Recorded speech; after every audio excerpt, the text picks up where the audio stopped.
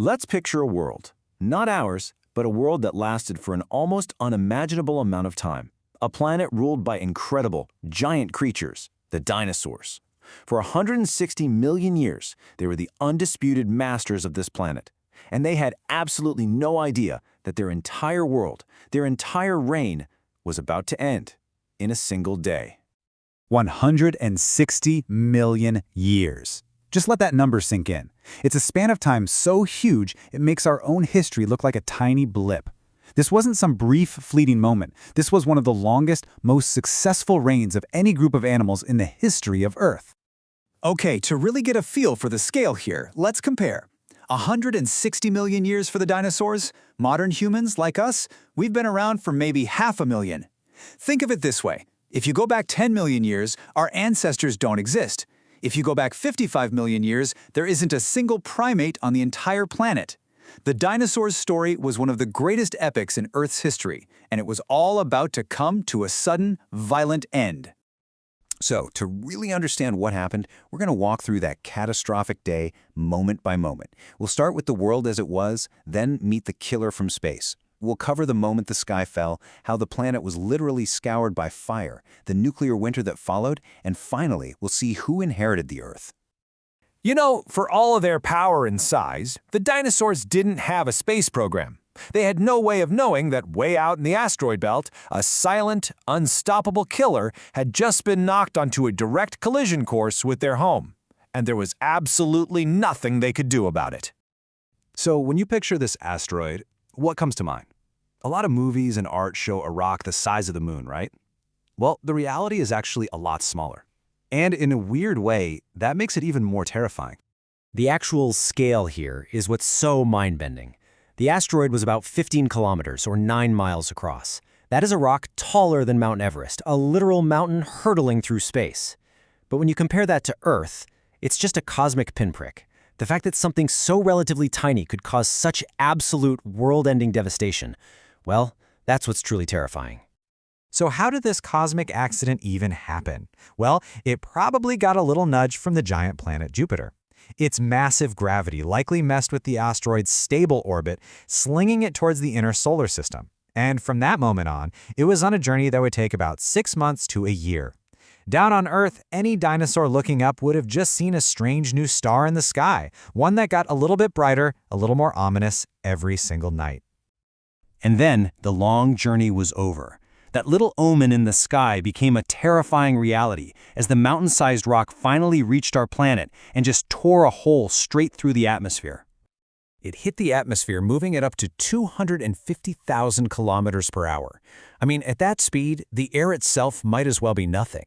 Unlike smaller meteors that burn up, this thing was so big and so fast, it slammed into the ground almost completely intact, carrying an absolutely unbelievable amount of energy. The impact unleashed 100 teratons of energy. Now, to put that into perspective for you, that's the same as 6.5 billion Hiroshima bombs all going off in the same spot at the exact same time. The flash was so incredibly hot, it vaporized hundreds of square kilometers of solid rock in less than a second. And this is the scar it left behind.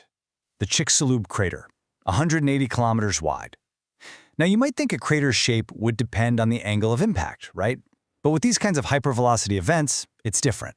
The energy is so extreme, it's not really a collision, it's a pure explosion. The blast just radiates out evenly in every direction, creating a near-perfect circle, every time. But the devastation wasn't just at ground zero. Not even close. The impact immediately triggered a series of planet-wide disasters that started within minutes of the crash. First, an earthquake so powerful it's off our modern scales, maybe a magnitude 11 or 12. The entire planet literally rang like a bell. That kicked off mega-tsunamis, some over a kilometer high, that washed over entire continents. But the worst part? The impact blasted trillions of tons of molten rock back up into space, and then it all started raining back down, all over the world. As these countless tiny meteors burned up, they superheated the atmosphere to hundreds of degrees, turning the entire sky into a giant oven.